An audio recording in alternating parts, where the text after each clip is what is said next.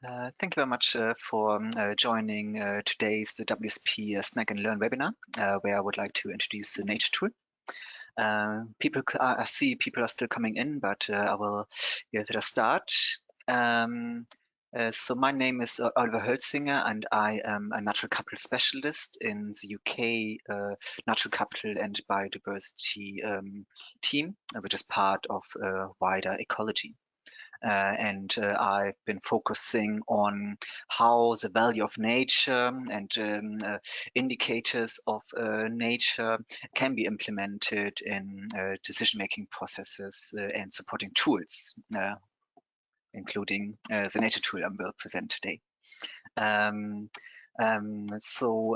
Throughout the webinar, you have the option to ask any questions. Please do use the corresponding function in the box on your side. And I will then answer your questions at the end of the session. And if I don't answer your question, then I will respond to the question directly by answering by email probably tomorrow. So you won't be forgotten if I don't answer your question during the session. As part of this webinar, there will also be a handout which will include a PDF slide deck as well, in case you're interested in that. And yeah, let's jump in. So what do I want to talk about today? First of all, I want to introduce you a little bit to the challenge we're facing in terms of, so why is a tool like the nature tool important and adds value? Then introduce the tool itself, as well as how, where, and when it can be used. I will explain a little bit the results indicators of the tool, and then we'll talk about some case studies where we already applied the tool, followed by the service offering we as WSP offer, and then questions and answers. So, economic development over the last decades has many benefits, but has also led to a continuous decline of our natural environment and the benefits it provides. Nature is a valuable asset, our natural capital. It provides us with many essential ecosystem services and benefits, including carbon storage in vegetation and soils, natural flood risk regulation, opportunities for outdoor recreation, including attached physical and mental health benefits, and many more. It's therefore not just a good to have, but essential for our well-being and our economic prosperity. And there's now increasing awareness and recognition of the importance of nature, not just for biodiversity, but also for people and the economy at large. This comes with increased expectations from authorities, regulators, and stakeholders to step up protection and reverse nature decline. And many governments and organizations have declared climate and ecological emergencies, which shows a general willingness to act. Development and land use changes are key drivers for long-term natural capital decline. But we can see policy shifts from mitigating negative impacts on the natural environment to aiming for environmental enhancements through smart design and planning.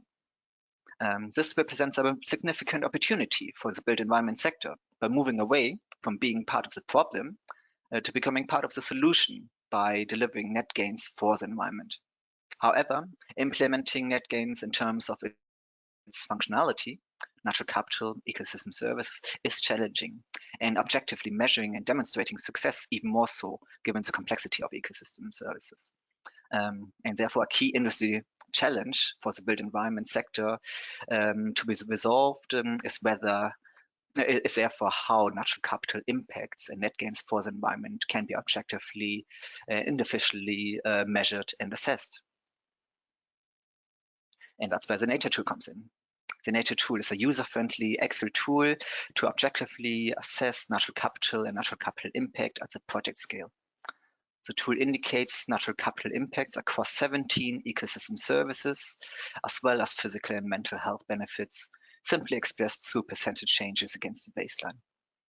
It also aggregates scores across services and benefits based on national or local policy priorities, which allows to easily demonstrate net gains for the environment from your projects. And beyond measuring success, it is also a management tool to inform sustainable planning and design. How was the tool developed? The free-to-use nature tool has been co-developed in 2020, 2021, together with more than 30 organizations involved in the built environment sector, including industry, academia, government, and NGOs. And some of the organizations involved can be seen here at the bottom of the slide. WSP led this development. And the aim is to establish the nature tool as a new industry standard for natural capital assessments in the UK and potentially beyond. This innovative approach has also been recognized by the Chartered Institute of Ecology and Environmental Management through highly commending the nature tool at the 2022 SAIM Best Practice Awards for Stakeholder Engagement.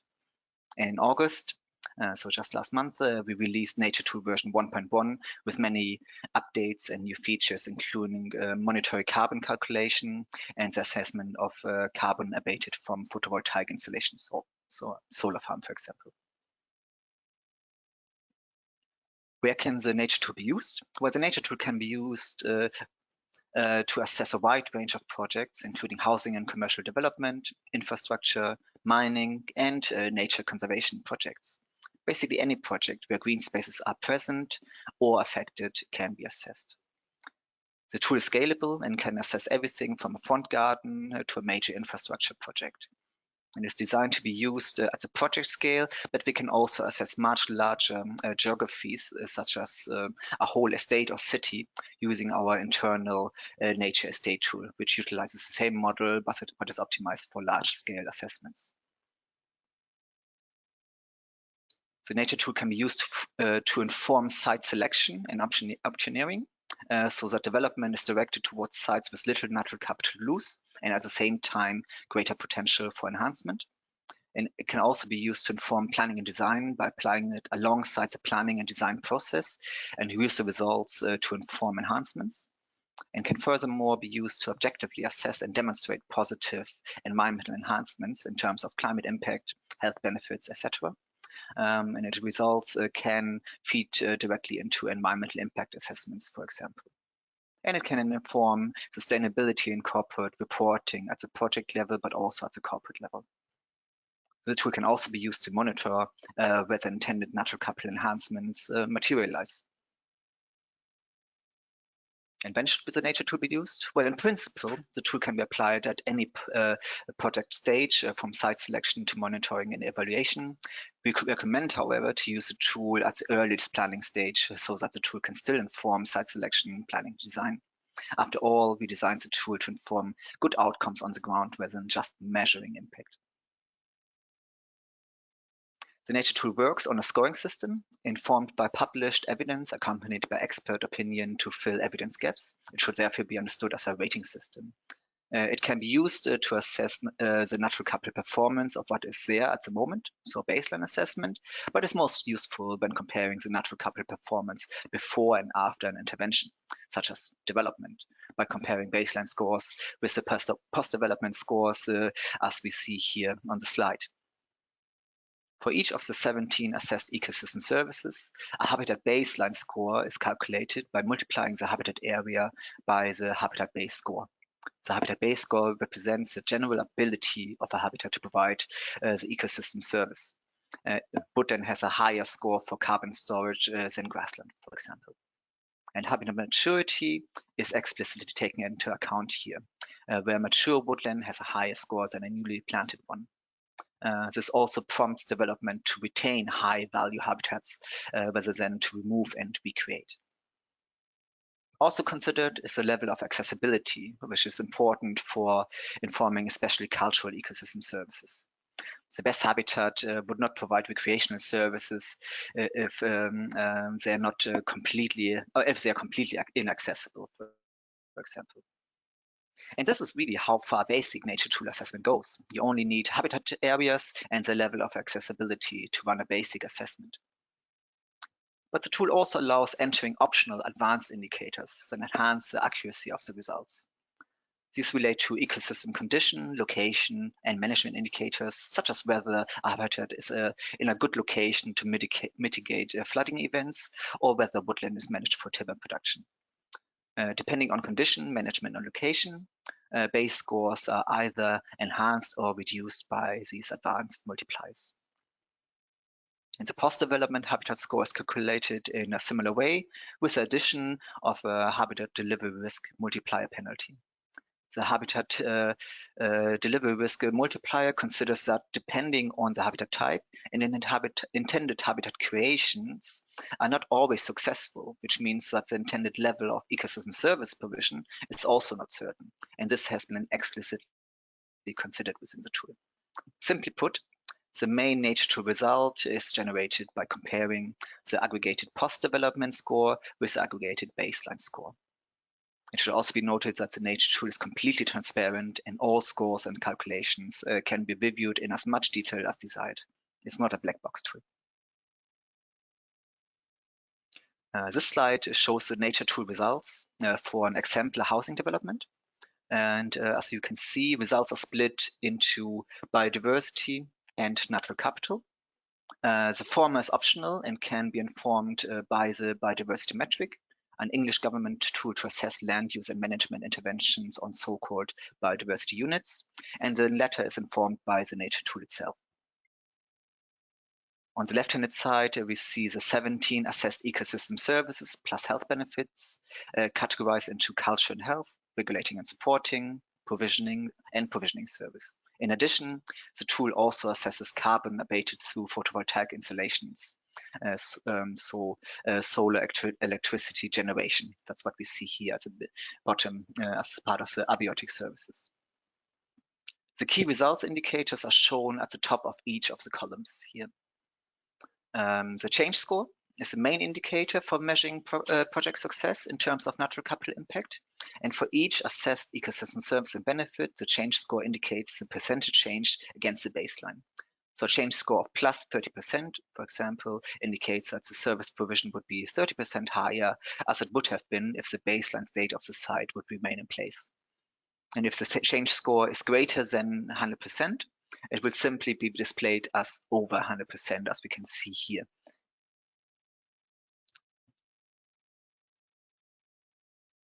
The exact figure is also available in the detailed results section. The next indicator, the potential score, indicates how much of the maximum ecosystem service or benefit potential of the site would be achieved. A score of 30%, for example, indicates that the site achieves 40% of its maximum potential. This is particularly useful for informing site selection, where development should be directed to sites with low change scores, potential scores, excuse me, as there's less natural capital to lose effectively. And the nature tool also automatically calculates achievements, which we see here. These automatically allocated achievements, which highlight particularly positive impacts on natural capital above and beyond what would usually be expected. And the main intention of these achievements is to provide a simple means for communicating and reporting net gains for the environment and anything above and beyond. With Nature Tool version 1.1 released in August this year, the Nature Tool also assesses carbon impact in tons of carbon dioxide equivalent, indicating the impact of the project on carbon storage in vegetation and soils, and also carbon abated due to photovoltaic installations, if applicable. This is also translated into the monetary value of stored abated carbon following government guidance. Scores across ecosystem service and benefits are also aggregated to an overall natural capital score, which we see here. And that is based on ecosystem service priorities for the project. I know there's a lot to take in, but conveniently, in the results section, you can simply click on the blue info notes here. And that will give you additional information about all the different indicators included in the tool. And the results section can also be flexibly adjusted, showing as much or little detail as you like, tailored to your target audience. So there's more detail behind the tool, and as I mentioned, there's a whole, everything is completely transparent and can be reviewed in other sheets as well. And that brings me to the first case study. And as a first case study, I want to present how the nature tool is informing housing development in northwest England between Liverpool and Manchester. This was a controversial one, as it is a significant 4,000 unit development on greenbelt land separating urban centers from the surrounding countryside with special protection in the UK. The land is currently dominated by agriculture, which offers good opportunities for natural capital enhancement. And the local planning authority expects environmental enhancements above and beyond what would usually be expected, rather than just mitigating negative effects. The main challenge for the development is to implement and demonstrate such enhancements in terms of natural capital to make the case for planning consent. And we use the nature tool to assess the initial master plan design, and on that basis made detailed recommendations for how the design can be optimized for natural capital, working closely together with our landscape and planning teams. The recommendations broadly align with recommendations for biodiversity enhancements, but it should be noted that is not always necessarily the case. The master plan is currently being updated, taking the nature tool informed recommendations into account, and we will subsequently reassess the updated master plan with the nature tool, which will feed into the case for planning consent. And depending on the outcomes, this may include further enhancement recommendations. The second case study is a water company in the south of England. UK water companies face increased expectation and pressure from the regulator Ofwat to deliver wider environmental benefits in terms of ecosystem services. And the company made a commitment to assess natural capital across 100% of its estate of over 6,000 hectares by 2025. As the company was a bit behind on its natural capital journey compared to other UK water companies, it wanted to go above and beyond and use innovative state-of-the-art approaches. And we started working with them in 2019 and used our internal nature estate tool to assess natural capital across the entire estate, which essentially fulfills their commitment way ahead of the deadline. This assessment will also act as a baseline against which future progress will be recorded, as the company wants to leave the natural environment in a better state than it found it.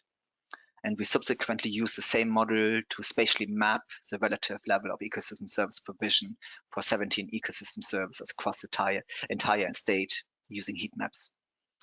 And this evidence will be used to prioritize natural capital interventions and investment targeted to areas that benefit most. We also ran several nature tool case studies for the sites and developed a natural capital assessment process plan so that site interventions can be effectively recorded and to update the state-wide assessment. Here, using the same nature tool model at the site and estate scale is particularly valuable.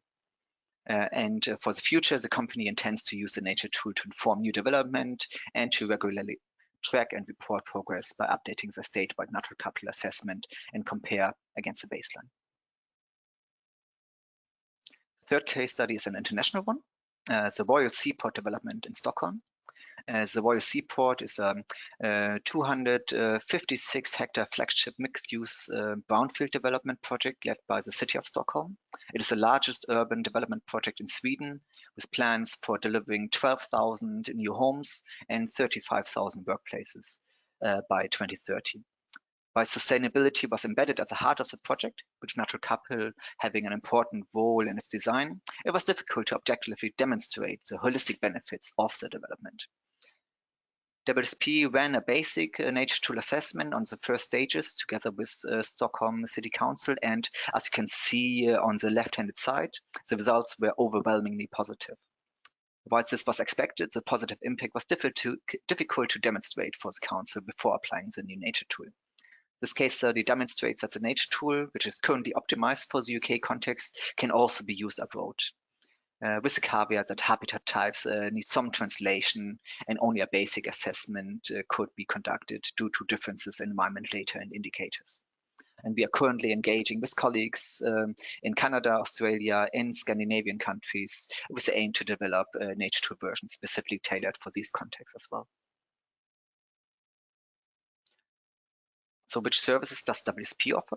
So the nature tool is free to use and can be applied by you directly, but WSP also offers related services, including knowledge exchange and tool training, running nature tool assessments for you, statewide assessments and heat mapping uses the same model for consistency, providing advice on site design and natural capital optimization, implementing natural capital into your systems and operations, helping to create local or corporate nature tool versions, and develop tailored tool versions, including for international applications. So for the Ministry of Justice here in the UK, we, for example, developed a tailored version specifically to assess the prison environment, as an example. And as tool developers, arguably, there's no one else who knows the tool better than us. And this is just to show you an example for the heat maps generated based on the nature tool model, where the relative level of ecosystem service provision is indicated by the blue color shading, particularly useful for identifying deficits and targeting natural capital interventions. So to summarize, the nature tool works on a scoring system based on published evidence accompanied by expert knowledge. It is designed to inform and consider natural capital across site selection, planning, and design by objectively and efficiently assessing natural capital impacts, measuring success, and demonstrating net benefits for the environment. The UK base model can be locally adapted to reflect local priorities and policies, and it is a decision support tool and does not replace any statutory requirements as part of the planning process, but it can, for example, inform environmental impact assessments. The tool works at various scales and supports a basic and advanced assessment, and the flexibility of the tool means that you can work with little and little detailed data, as well as with more comprehensive data as and where available. You can also adopt the tool for your specific requirements, as we did for the Ministry of Justice, for example. Thank you very much for your attention. Oh yeah, sorry, I should have mentioned that for more information and to download the tool and accompanying guidance, or to view our 4-minute introduction video and to subscribe to our Nature Tool newsletter, please visit naturetool.com. And please don't hesitate contacting me directly should you have any questions or suggestions, or would like to discuss whether the Nature Tool could add value to your projects. Many thanks for your attention. Thank you, Oliver, for a fantastic presentation. So before moving into the Q&A period, I would like to remind attendees to enter your questions in the question box on the GoToWebinar platform, and also you can download the PDF version of this presentation from the handout box on the dashboard. I will start with the first question. How does the nature tool integrate and align with biodiversity net gain? Yes, thanks for the question. And indeed, the nature tool has been designed to work alongside the biodiversity metric, which I explained before is a government assessment tool for biodiversity impacts. And worth noting here that in England, from 2023, a biodiversity net gain of plus 10% will be expected from nearly all new development. And the nature tool is designed to work alongside that. So we rely broadly on the same data. Now, the two tools rely broadly on the same data and are purposefully designed to be applied alongside each other. Although I should say that the biodiversity assessment is optional in this context, and if you want to use a tool as a nature tool abroad, then you don't need to use a biodiversity metric to apply it. Thank you. Next question is, does this tool use GIS for analysis or mapping?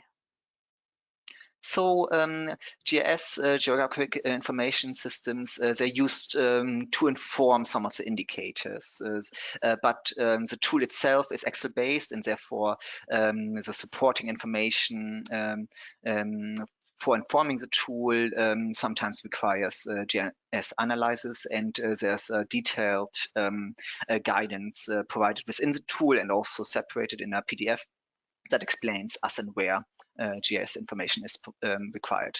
Also on the website, there's an indicator sheet which basically summarizes all the different indicators that can be used for the tool. But as I mentioned before, most of these are optional, and only the habitat areas and level of accessibility are required to run a nature tool assessment. Thank you. The next question is, do you have a case study for a project which doesn't include development? for example, a landscape master plan or climate resilience strategy? So, but it's a site assessment tool. So it needs some kind of land use intervention, or it can only assess some kind of land use intervention or land management intervention. The tool has indeed been used to inform nature conservation projects, and I'm about to start 2 more projects in that space. I cannot name the client, I'm afraid, but it is for an organization involved in protecting wildlife in the UK. Thank you. The next question is about supporting evidence. How often is the supporting evidence being updated?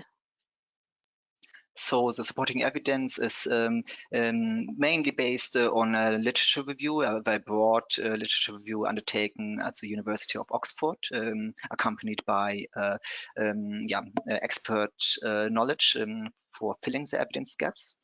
We do regularly update the tool, and at certain intervals we will also update the evidence base, although I cannot say exactly when at this stage. It will also depend a little bit on the uptake of the tool and on external funding or internal funding. We are determined to regularly update the tool, including its evidence base. Thanks for clarifying. The next question is, will there be further tool developments? Yes, we have a long list of additional features we want to implement, and we are continuously working on improving the tool. We've just released a version 1.1, and we want to implement as many new features as possible, including adding more monetary valuation, for example, for ecosystem services over time. We also want to link the results to sustainable development goals, for example, ESG indicators, etc. So there are many ideas. All depends a little bit on time and collaboration opportunities as well. So if there's a specific feature you want implemented, please do get in touch, and we can think about how we can implement that together. But generally, yes, we are determined to continuously develop the nature tool. This is very much seen as a work in progress rather than the final version of it. Perfect, thank you. Could you talk a little bit about the ecosystem services relating to health? Yes, ecosystem. There's a growing amount of evidence that certain ecosystem services have positive impacts on both physical and mental health. We effectively map that out within the tool. It is a quite broad indication at this stage, and it's quite indicative, but what the tool assesses is basically the contribution of different ecosystem services to physical and mental health. Although that's again one of the indicators we want to further develop in the future. Fantastic. Thank you for all your questions today. So we are at the end of our webinar session. Please feel free to follow up directly with Oliver via the contact details shown on the screen. And I would like to thank all attendees for joining today. Thank you for your time, and thank you, Oliver, for a fantastic presentation. My pleasure. Thank you for organizing. Thank you very much, everyone.